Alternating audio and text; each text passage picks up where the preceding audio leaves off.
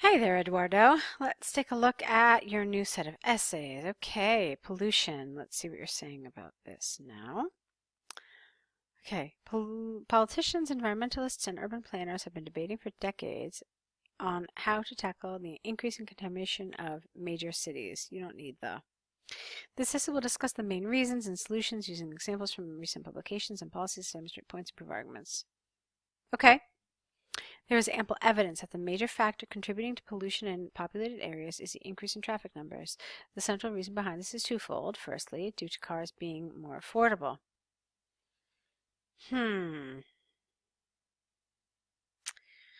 Okay, it's fine. I understand it, although I'm not sure how 100% accurate it is in terms of grammar. So, the central reason behind this is twofold.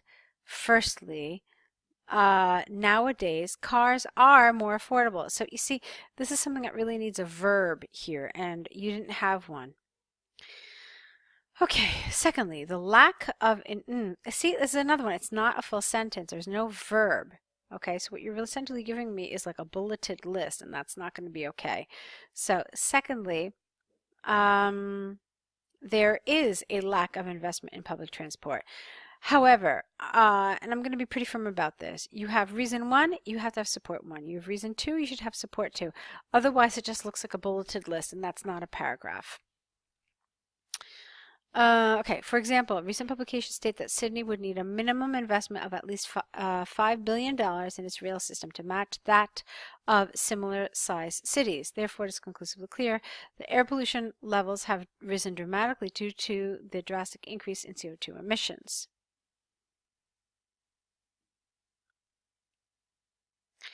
Okay. Okay, so again, I'm just going to say it, that you had this thing about cars being affordable. Never saw it again, ever. I didn't even see it in this example that you gave here. So it's a problem. It's underdeveloped. Let's keep going. Although there is a case for traffic polluting populated areas, modern policies have made a considerable effort. I don't think you necessarily mean there is a case for it. So you could have just said, although it is clear that traffic is polluting populated areas, modern policies have made a considerable effort to reduce emissions by enforcing the use of the public transport in major cities. That is the case of London or Madrid, where the city council has limited the transit through the city center, implementing new regulations. Consistent with this line of thinking, new infrastructure has been developed, such as share paths for cyclists and public parking with power stations for electric cars. Thus, it is possible to state beyond doubt that solutions can be implemented to reduce contamination in cities. Okay? From the arguments and examples given, it can be observed that even though it is predicted that pollution will continue to increase over the years, there is still time to correct the projection by implementing more environmentally friendly alternatives that in time would help reduce car emissions. Okay, grammatically it's lovely. Okay, I'm going to be honest with you. I was a little concerned about one thing, but it's okay. You see, here it says what are the reasons. So they definitely want you to give more than one reason. It looked like in the beginning you essentially talked about one, which is this increase in traffic numbers, but even that you explained as being a twofold problem, so it's okay. You could have also explained it differently just to show from the beginning of the paragraph that it was like a two-pronged problem. So something like the major factor, etc., is the increase in cars and lack of investment of public transport. So, but I think what you said is fine. Really, I'm just looking at details to help you just get that extra step higher. Let's see what else. No, the rest of it is pretty well developed, so I don't have any major concerns. This was nicely done. You did come up with solutions. Fine. Okay. So, the one thing that you have to remember, and this is where everyone falls into a trap, is many times the solution paragraphs comes off like a list. So that's what you don't want to do. Now, what you could have done here is you could have explained how these solutions are actually solutions. So you talked about public transport, and then you talked about new regulations. You didn't really talk about public transport, though. take a look. You didn't say anything about how the use of public transport would be enforced. Okay? And then again, you didn't talk about how these would improve the share paths for cyclists, the public parking. So it's not enough to just give solutions, but you actually have to develop them and express how they are solutions. So yeah, looking at it again, this is now like the third time I've looked at this paragraph. It is something that you could have developed a little more. Alrighty, so let's take a look now at your car brands, European countries, let's see. Oh, thank you for including this. That's so helpful. The bar chart shows Ford, Audi, and BMW car sales for several European countries. It can be observed in the chart that France and Hungary are the two countries with the highest number of sales. France and Hungary, yes, okay, with around 300 and 400,000 respectively. On the contrary, Belgium and Italy are the ones with the shortest showing, not the shortest, the lowest. The lowest showing a value close to 100,000. Okay. All other countries have a similar total of sales between 200 and 260,000. Fine. While BMW sales are around 100,000 for most countries, only sales in Belgium are almost negligible, not negligent, different word. In a similar fashion, Ford sales are between 50 and 150,000 for all countries. Ford, orange, okay.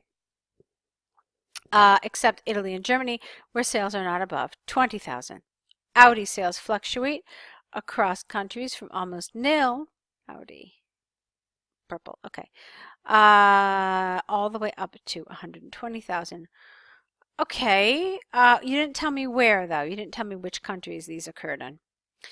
Overall, the graph shows that there is no clear pattern among countries, highlighting a peak of sales in Hungary where number of vehicles sold is equally distributed among the three brands. All right, I actually really like this quite a bit. Could you have added maybe a detail or two? Yeah, but did you do a really nice job with it? Yes, very much so. I'll tell you what I liked first, and then I'll tell you what I didn't like.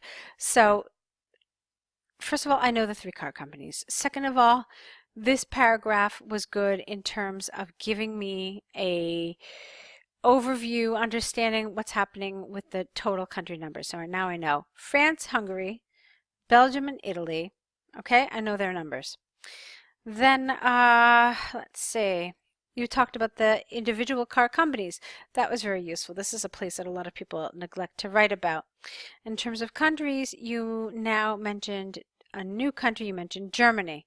So it looks like you've mentioned a total of 5 countries. 5? 1, 2, 3, 4, 5. Yes, okay. And then again, you mentioned here Hungary. That's fine. So do you know what my problem here is? My problem is that I don't know how many countries there are, and I don't know what they are. Let me tell you why. What's that? Okay. So check this out. You wrote here several European countries. All right, let's assume for a moment that I don't have this in front of me. According to your graph, according to your description, if I were going to try to draw this, I would only know about the existence of 5 countries. Okay, so I would only know about France, Hungary, Belgium, Italy, and Germany. That's it. Okay, so this is what I tell students a lot of times. You have to describe the chart or the diagram in a way that the person reading it can at least roughly draw it. Okay, that's the ideal goal here. If I were to draw this based on your description, I would be totally off because I would be missing 4 countries. I'd be missing UK, Ireland, I think I'd be missing Holland and Poland. Okay, so that's a problem. I'm pretty certain that examiners would consider this a key feature, a key piece of information, and let me explain to you what that means. Okay, so what I have here, in case you're not familiar with it, it's the writing band descriptors for task 1. And I told you that we were missing, what was it, 4 countries? So look at this. Here's what the 5 says. Presents but inadequately covers key features, bullet points. now look what the 4 says. It says attempts to address the task but does not cover all key features or bullet points. Okay?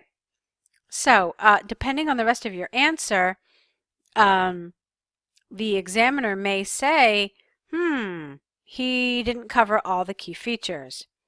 Okay?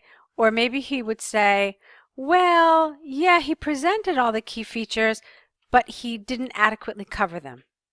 Okay? So, either way here, for task achievement, we're looking at a 4 or a 5 automatically, just on that one issue.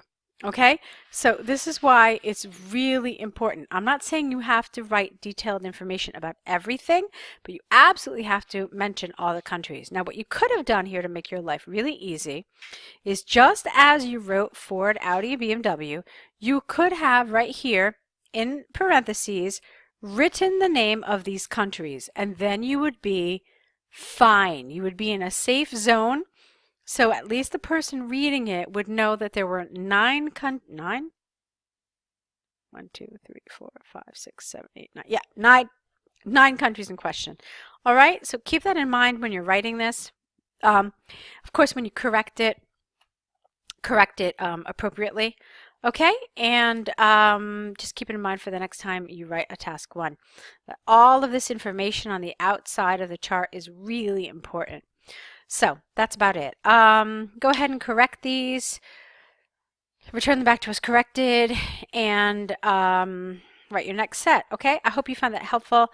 Don't get discouraged. It's a problem that, since we caught it, is easily solvable. All right, just make sure you apply the lessons from this video correction in your future essays. All right, good luck.